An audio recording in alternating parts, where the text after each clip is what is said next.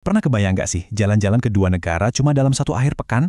Kedengarannya capek banget ya? Nah, kali ini kita bakal ngikutin cerita perjalanan seseorang yang nekat ngelakuin persis hal itu.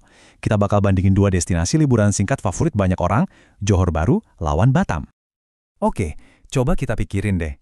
Satu akhir pekan, dua negara. Pertanyaan utamanya, emang bisa seberapa beda sih pengalaman yang kita dapetin dari dua kota yang padahal letaknya deketan banget ini? Jawabannya mungkin bakal bikin Anda kaget. Ini dia peta perjalanan kita kali ini. Kita mulai dari ide gila di balik trip ini, terus kita mampir dulu ke Johor Bahru, besoknya kita langsung cabut ke Batam.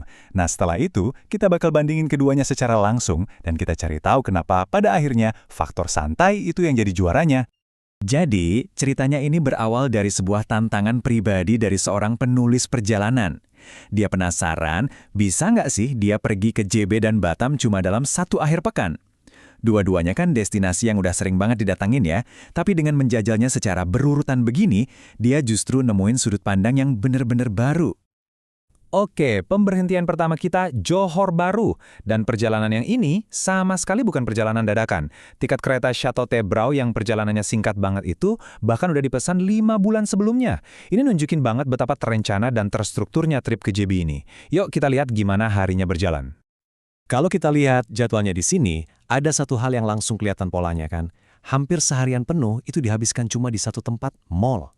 Mulai dari sarapan mie di City Square, jalan-jalan keliling, ajak anak-anak main, makan siang di Kopitiam, sampai mampir beli oleh-oleh di Kokoroti. Semuanya itu teratur banget dan kayaknya udah ada di dalam daftar. Tapi nih, soal makanan, kayaknya ceritanya agak beda. Waktu makan siang, dia nyobain nasi goreng kerabu, dan komentarnya jujur banget. Nggak bisa dibilang enak banget sih, tapi ya masih bisa dimakan lah. Coba inget-inget kalimat ini ya, karena nanti bakal kontras banget sama pengalaman di tempat berikutnya. Terus ada cerita lucu nih yang nunjukin banget karakter si penulis. Waktu ngomongin soal kue pisang yang terkenal itu, dia bilang, saya tuh nggak suka beli barang yang nggak perlu, kecuali ada yang nitip. Praktis banget ya orangnya, nggak gampang tergoda buat belanja.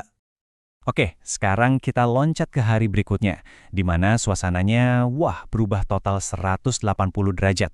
Perjalanan ke Batam ini jauh lebih spontan, dan fokusnya cuma satu, berpetualang kuliner buat bernostalgia sama rasa-rasa yang udah akrab di lidah. Dan ini dia buktinya. Perjalanan ke Batam ini benar-benar kayak tur kuliner kilat.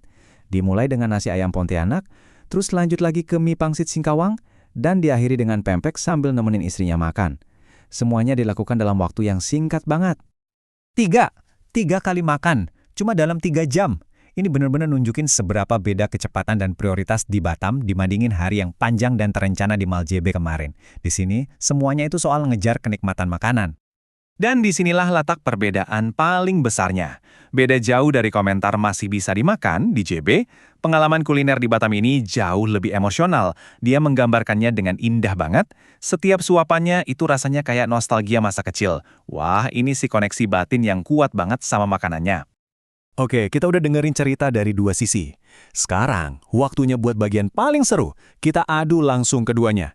Yuk kita sandingkan pengalaman di JB dan Batam buat lihat bedanya secara gamblang dan ngerti kenapa kesimpulannya bisa begitu. Tabel ini ngerangkum semuanya dengan jelas banget. Dari segi suasana atau vibe, JB itu digambarin sebagai tempat yang selalu bikin waspada. Sementara Batam itu terasa santai dan bikin merasa nyaman. Soal makanan, perbedaannya tajam banget. Dari yang cuma bisa dimakan jadi nostalgia masa kecil. Dan soal kecepatan, ini pertarungan antara seharian yang terencana di mall lawan petualangan kuliner yang spontan. Nah, dengan perbandingan yang sekontras ini, kita akhirnya sampai ke kesimpulan. Jadi, siapa pemenangnya? Dan yang lebih penting, kenapa satu pengalaman bisa terasa jauh lebih memuaskan daripada yang lain? Dan inilah jawabannya, langsung dari si penulis. Dia bilang dengan tegas, harus saya akui, saya lebih suka Batam. Di sana saya merasa lebih nyaman, Batam itu santai, sementara JB selalu bikin saya tegang. Pada akhirnya, ini bukan soal apa yang dilakuin, tapi soal apa yang dirasain.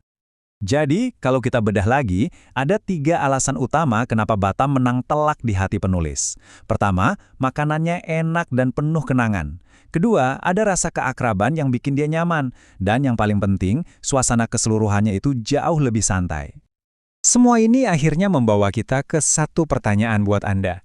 Setelah melihat perbandingan ini, untuk liburan singkat Anda berikutnya, tim manakah Anda? Tim perjalanan yang terstruktur penuh aktivitas, atau tim kabur sejenak buat cari ketenangan? Coba dipikirin.